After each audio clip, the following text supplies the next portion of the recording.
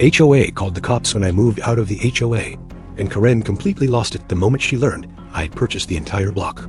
I had been planning my escape for months, and she never saw it coming. The day I filed the deed transfer for my new property, I also filed something else: quiet purchases of the lots surrounding it. Most of the land was abandoned, foreclosed, or never developed. I bought it all through a holding company to avoid attention, but Karen sniffed out any change like a bloodhound.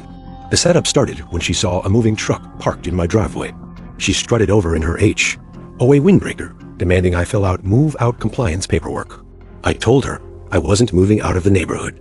I was just moving out of the HOA. She blinked like I had spoken in code. I handed her my deed amendment, showing I had succeeded in detaching my parcel from the HOA via a legal easement adjustment and boundary reclassification. A completely legitimate procedure. She screeched, "You can't leave the HOA." I shut the door. The incident hit full blast later that afternoon. I was unloading tools at my new place when 2 police cars rolled up. The officer asked if I was refusing to comply with HOA withdrawal procedures. I handed him the deed, the county certification, and the lawyer's letter confirming HOA authority no longer applied to my property. The officer nodded, apologized, and left.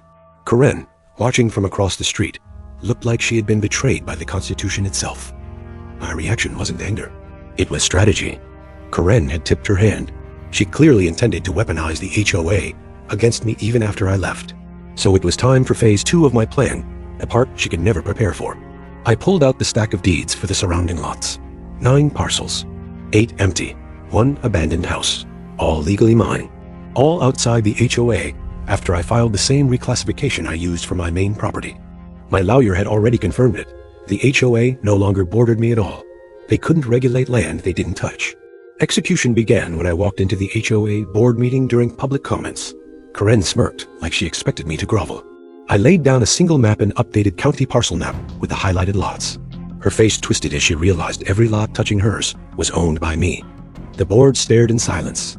I explained calmly that since the HOA no longer shared any boundary with my land, they had 0 jurisdiction over me or anything I built. A clubhouse? A workshop? A private garden? All perfectly legal. All outside their reach. The consequences were immediate.